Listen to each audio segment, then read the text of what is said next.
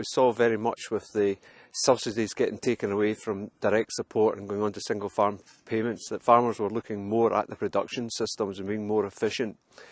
Now we decided what we'd look at more at was outwintering. And as somebody approached us a few years ago and said, is this a new concept? It was not a new concept. It was probably a concept that was done 50, 60 years ago by our grandfathers that we're bringing back in to have a look at. So really our work started off in actually looking at growing brassicas in Scotland. And what we came to the conclusion very early on is that we can all grow brassicas well in Scotland, but we couldn't all outwinter cattle on them. So very much at the forefront of our considerations about outwintering was two main aspects. Firstly was environmental concerns and welfare concerns. Outwintering would not be successful if these two were not considered and implemented correctly. When we looked at doing this, that's what we said earlier on, was not everybody could do it, and you had to have the right soil type that it would be easy to drain away, and it wasn't going to poach heavy on clay soils. So that was one of our major considerations. We looked at the rainfall, we had to look at shelter for the cattle as well, that had to be considered. And we had to make sure that we were not creating as well runoff, and that's one of the things that we addressed. It's not the problem of erosion, it's the problem is runoff. And by putting bales and that into some of the brassica crops before the winter, we were never moving tractors through gateways in any way. When we were also doing it, we were strip grazing these crops of kale and stubble turnips and moving the fences each day. So we're actually never congregating cattle round any feed areas very tightly around the silage trailers in any way. So the cattle would move every day to a fresh area, and where they tended to eat that day, they would lie that night. When the weather became very heavy with rain and wind, we also made sure we had plenty of run back and shelter belts for them to go to.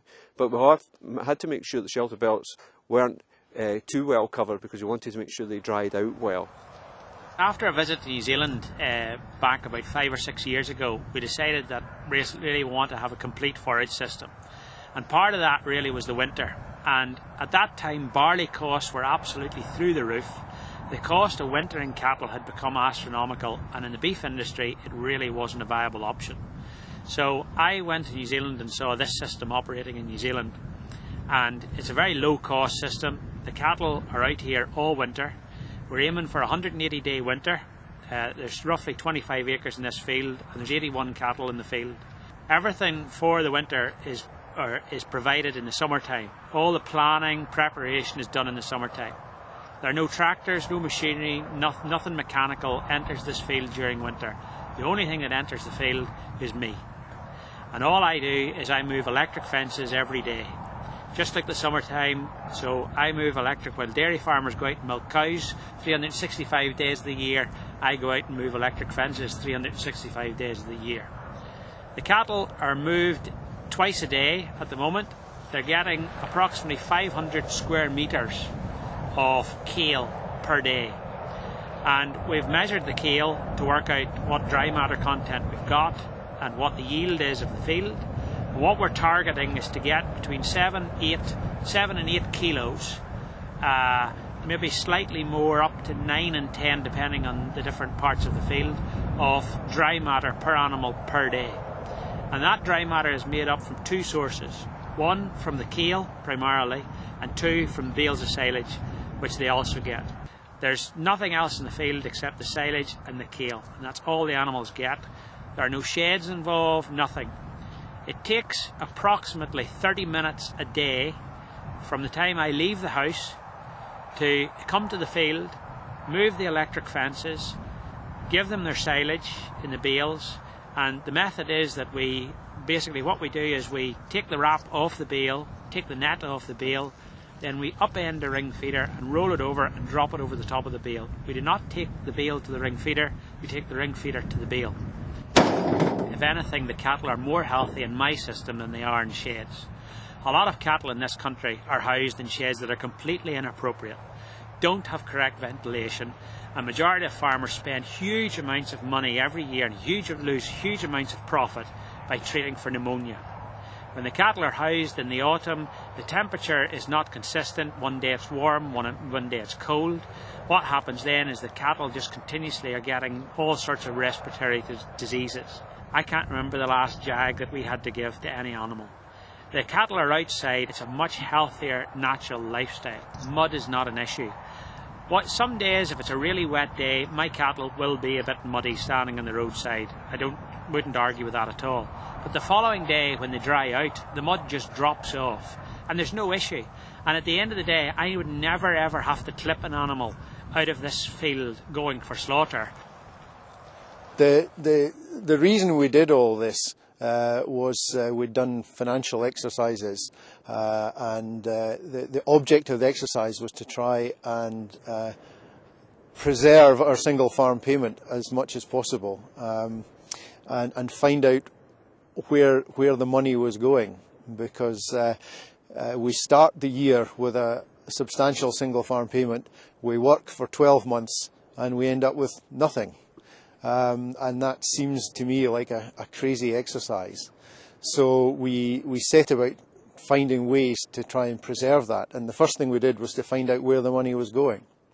And making silage was one of our significant costs, feeding cattle inside in the winter time and then hauling the muck and the slurry back out in the springtime. Traditionally, this area here, we have 4 250-acre blocks up here at 800 feet. And traditionally this area would be populated by black-faced ewes, a traditional Scottish hill breed. When we changed our breed of sheep and breed of cattle, this gave us lots of options.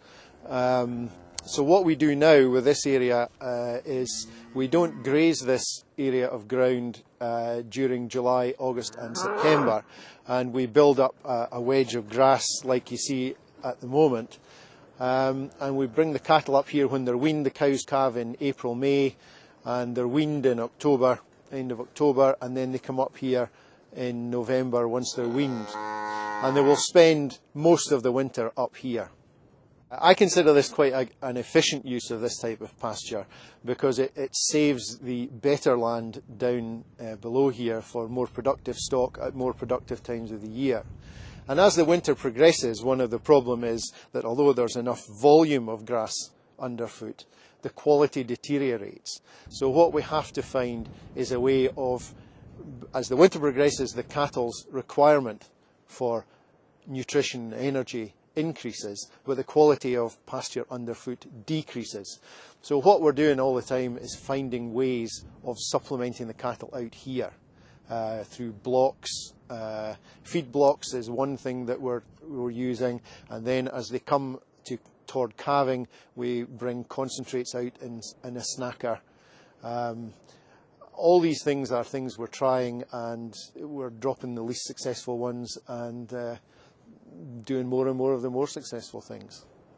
In the past, we've fed kale, which is one of the things we've actually dropped from our system because it was a crop to grow, and we're not a particularly crop-growing farm.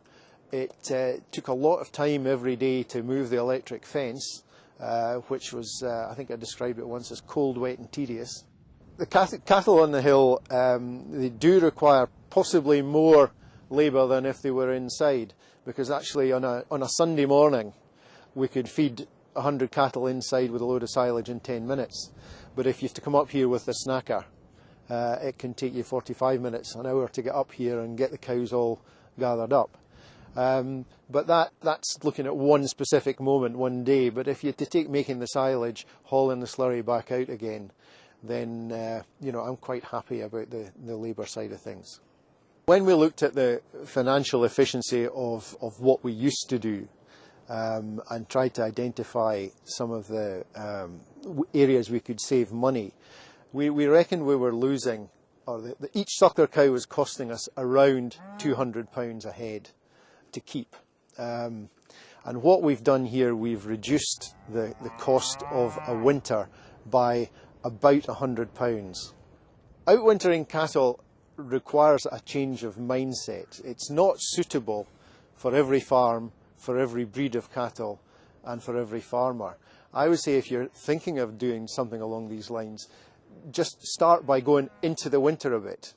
Bring your cows in a month or 6 weeks later, and if that works for you, then do it 8 to 10 weeks later the next year. Don't commit yourself 100% to 100% of your cows 100% of the winter. Find how it works for you and how it works for your cows.